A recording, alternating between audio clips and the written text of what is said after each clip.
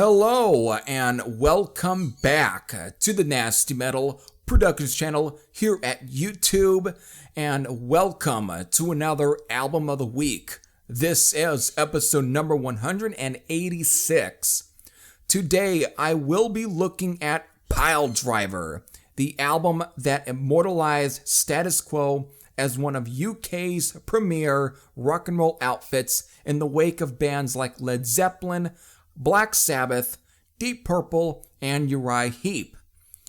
It is their first to be released through Vertigo in Europe and A&M Records in the United States on December 15th of 1972.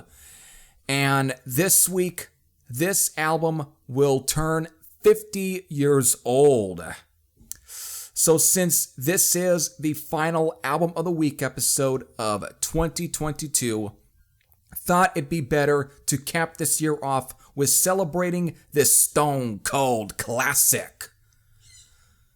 So while this might have put Status Quo over at the heap of the pack when it comes to what was essentially the early crop of British hard rock, since bands like Deep Purple, Black Sabbath, Led Zeppelin, and Uriah Heep were seeing some great success, Piledriver was actually Status Quo's fifth album.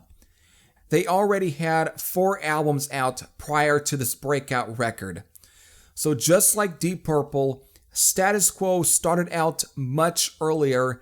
Their first album, titled Picturesque Match-Stickable Messages from the Status Quo, was released on September 27th of 1968. The record would actually spawn a minor hit in the track Pictures of Matchstick Men, which was a track that has been covered by countless of bands, 2 of them including Typo Negative and, well, Ozzy Osbourne. I think it was on the Undercovers album, I believe. Though before all of this, Status Quo originally began as an outfit in 1962 under the name The Scorpions. Definitely a few years before Scorpions would even begin as a band. Then in 1963, they would change their name to The Spectres. Then in 1967, they would go with another name change, this time to Traffic Jam. However, in the same year, they would soon, again, go for another name change. This time it would be to The Status Quo, and then in 1969, for their second album titled Spare Parts, they would shorten it to just Status Quo, and thus everything is set in stone. So Status Quo would release 2 more albums on the Pi label, which had released their first 2 records. They would release Ma Kelly's Greasy Spoon on August 28th of 1970. Then they would go on to release Dog of Two Head on November 5th of 1971, and that would cap off their 4-year period with Pi Records, who often would complain of the band's overuse of volume, which would overload the input levels in the studios. So, but when they moved on to Vertigo, that changed, and thus everything begins here with the Piledriver album. So this album was recorded from September to October of 1972 at IBC Studios in Portland Place, London, with the band taking over as producers of their own material, which the band would continue to do for pretty much the most of their albums here on, until technically 1976 with the Blue For You record. So, this album contains about 8 tracks and clocks in at 39 minutes and 52 seconds.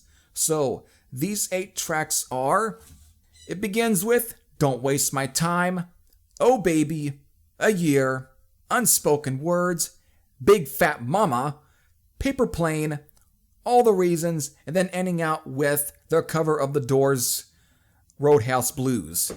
There you go, folks. There's your 8 tracks. So, this is where I'm going to begin with the Piledriver portion now of this episode. Just to state for the record that Status Quo is a band that here and there over the years I would often revisit.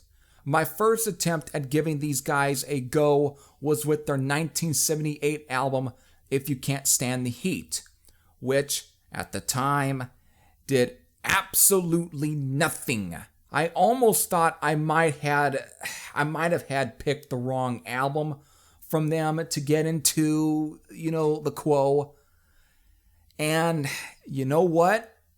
That's about right, because this year I was given the 2015 Classic Albums 5 CD set, which includes Piledriver all the way up to Blue For You.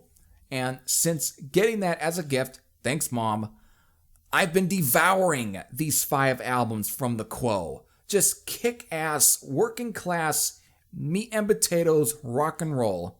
But right now, I am just focusing on their 1972 album. I do plan on covering more from Status Quo here on the channel, so expect some more there.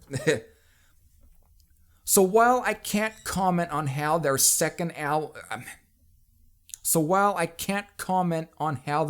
was before this album, Piledriver here, since I haven't yet to venture into that early period from the Quo, I'm just going to focus on the sound of Piledriver. This probably could be a transition from the early sound, but there's a clear change into the direction that they would forge on with that would really get developed. But there's a clear change into the direction that they would continue in and really go forward with, especially when you get into their next album, Hello, where this whole sound that they're really continuing on, that sort of straightforward working class rock and roll sound is just completely developed on, and would even get further, even way more developed onto even the follow-up records after Hello. The songs that best represent this clear change is in Don't Waste My Time, which Francis Rossi provides the vocals to, which was actually written about a girl, probably one of the members' ex-girlfriends, who didn't want to be in a serious relationship and just wanted to mess around instead. Then we get songs like Oh Baby, which both Rossi and Parfit sing on, which is just a great heavy rocker. Really, at times, it kind of has a Beatles vibe to it, but it's much more rockin' and it's at times pretty heavy. There is no doubt, though, that Status Quo had to have been influenced by the Beatles. I mean, they were starting around the same time, though, as the Beatles, but I think since they were getting much bigger into the 60s, I think that their sound must have really was rubbing on to, like, Status Quo during that period. And I think they definitely seem to have taken a little bit of that sound and really kind of expand on it, but they just make it sound their own, and they give it that sort of hard edge that other bands like Deep Purple and so on were going on. Is just that they added, I think, a little bit of that Beatles flair to it to just kind of make it their own, and I think it kind of, to me, tends to really sum up Status Quo's personality and their songwriting. But really, during this period, I mean, who wasn't influenced by the Beatles to begin with? But then there are other tracks like Big Fat Mama, which Rick Parfit sings on alone, and Paper Plane, another Rossi-sung track, that are just straight-ahead rockers, giving out more of that sound that Status Quo would take on with that would propel them into stardom. But then there are other tracks that gives you a taste of what they kind of were doing before. Like, for an example, the track A Year. It's a ballad. Francis Rossi sings on this one. It's another one that gives me Beatles vibes. It's well done, a nice one to just kick back at night, sit down and relax to. The same can be said for Unspoken Words, another good ballad, but kind of on the bluesy side though. Then, of course, we have All the Reasons, Again, all laid back tracks. Then the album ends off with a cover of the Doors track Roadhouse Blues, which had also been covered by Blue Oyster Cult, I think a couple of times already, if I'm correct. I think on 2 of their live records.